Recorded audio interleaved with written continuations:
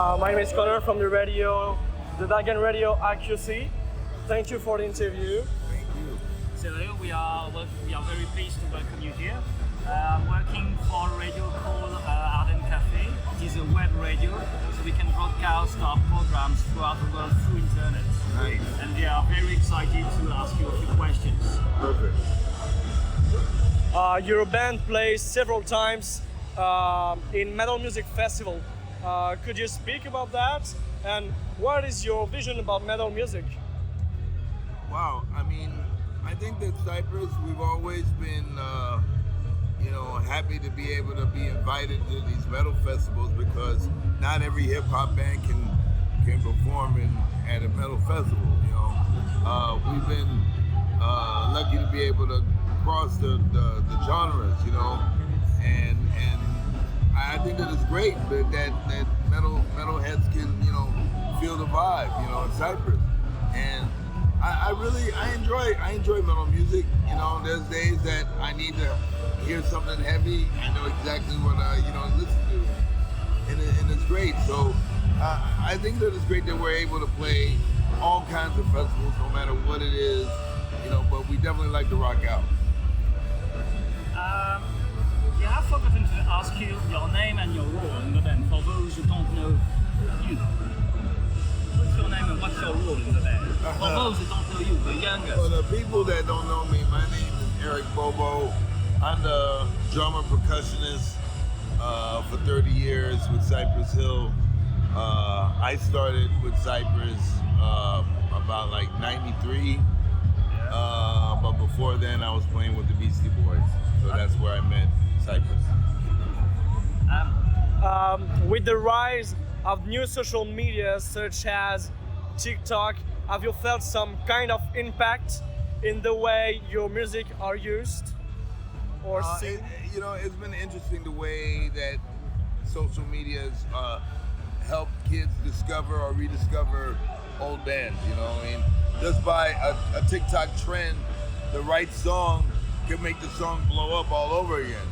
So I think that it's cool for us older people. It's kind of wow.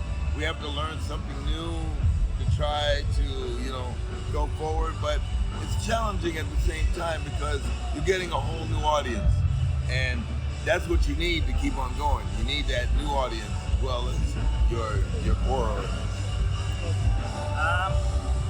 You've been always involved in the defense of small communities, of civil rights and freedom of speech. A bit awkward question. In your country, what do you think is the most important fight to lead in the years to come in the USA for you? Wow. Because I know when you started, Latinos were not very incorporated into American music, and thanks to you, we started to see more and more Latino singers and artists in different videos on social medias, etc. So your impact was huge for this community. According to you today, for the USA, with this situation today, what is the biggest fight you will have to lead? I mean, the biggest fight I think that we have is just to take care, to be able to take care of the people in need. There's a high rise in homelessness. There's a high rise in people that have mental health issues. And some of those issues could be helped with the use of cannabis. So it's almost like a tie-in in a way, because now it's more accepted in our country, with the medicinal use, be able to go to the dispensary and get it and everything like that. So it is proven that it is helping. But I think that those issues like homelessness and mental health and keeping the rights for women and things like that, those are very important. No matter what race you are, we have to keep that going, Okay. What is your vision about the current hip hop scene? There's some hip hop, new hip hop that I like. There's some that I don't like, and it's because to me it's kind of repetitive. I think back in the 90s, 2000s. No group wanted to sound like the other group. No MC wanted to sound like the other MC. Now it's hard to notice the difference between a lot of MCs.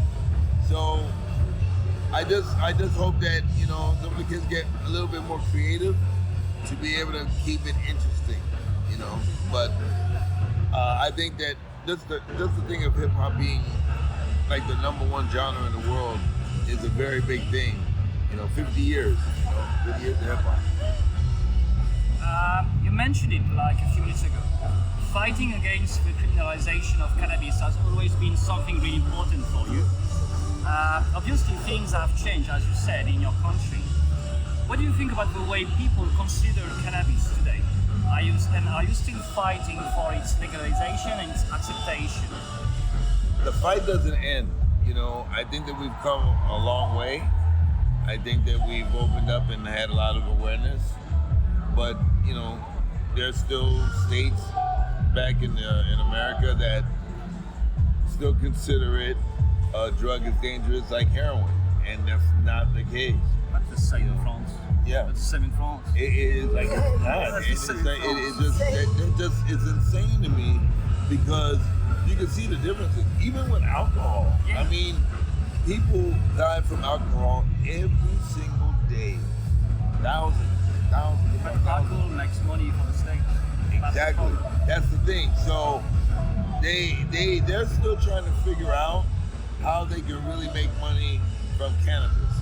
And when that happens, then it's gonna be a more legal thing. But I hope they do it with the right legislation. It can benefit the right people, the growers, the farmers, the people that are cultivating, and not have the taxes so much. Because right now, the tax in California on marijuana is insane, Yeah. So they're already making money. It's like everywhere in the world. I think they try to make out as much money as they can about things people like. And Yes. that's the problem today. Yeah. Could you speak about your percussionist musicians' influence? The musicians, Yeah. wow, I go from different genres. My father, of course, Willie Bobo. I grew up, being exposed to Latin jazz music, Tito Puente, to like rock music. You got, John Bonham, Danny Carey, Neil Peart, those kind of drummers. You got jazz drummers like Buddy Rich, Tony Williams, Omar Hakeem. It all depends the genre, I just love music, so I think I get influenced a little from everything. A new album? Because I think the last you released was in 2022. Yeah. There's gonna be new music. It was Yes. called. That was Back in Black. Yep. Yeah. That's it. Yes, there will be new music. When exactly, we're not sure, but there will be new music. Okay. Could you speak about your other projects like Soul Assassins or Eric Bobo and Stu Biggins? Oh, well, my project with Stu Bangers, Empires, that came out a couple years back, that was an incredible album to make because it was during the time of the pandemic, right in the middle. And I think that everybody had a little something to say about what was going on in the state of the world. So really proud of that record. We have a new album coming out with that we produced for Psycho Lessa, the Beatnuts. And that album is called Escape the Matrix. So that's going to be coming out soon. And there will be an Empires 2 album coming out early next year. Also got a project, Ritmo Machine, that's more on the Latin funk tip, instrumental. So that's out. New Soul Assassins album, Muggs, incredible what he came up with, and there will be new Cypress Hill. And how do you manage your different projects? It's like, I think dealing with people with different personalities, Everyone is kind of handled a little different.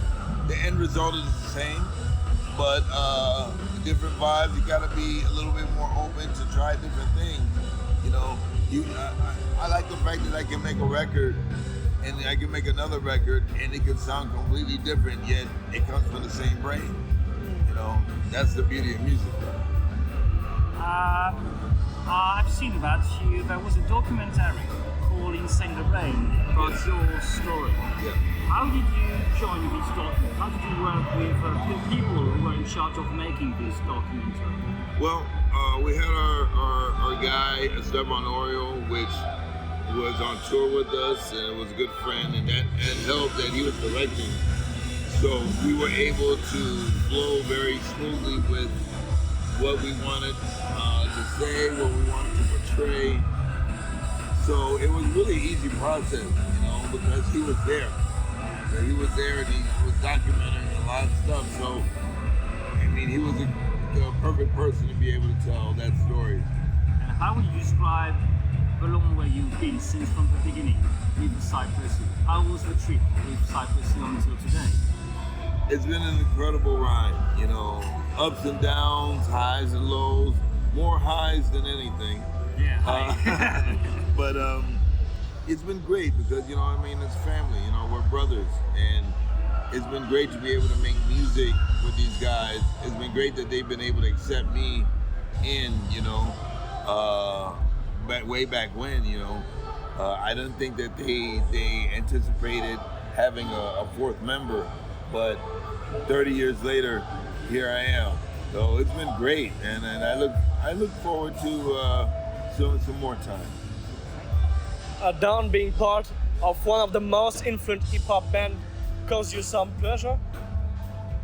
Pressure? Now, no. I think that it's great, that we're still able to perform, and now we're like a legacy band that, people are coming to our shows that are bringing their kids, so it's kind of like that Rolling Stones effect, and I like that, I think it's good, so no pressure at all. Strange question, I think.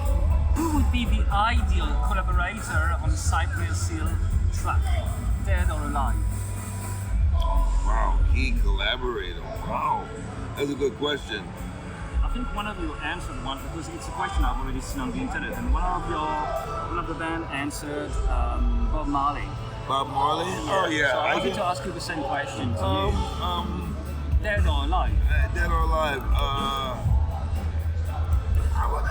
I would say Jimi Hendrix. You know what I mean? To lay down some grooves, some rock grooves, that would be kind of funky. What is your last word for our listeners? Just that thank you for all the years of support. We enjoy coming out to France and performing for all of you, and we look forward to many more years of coming out here. Thank you for the support and enjoy the show.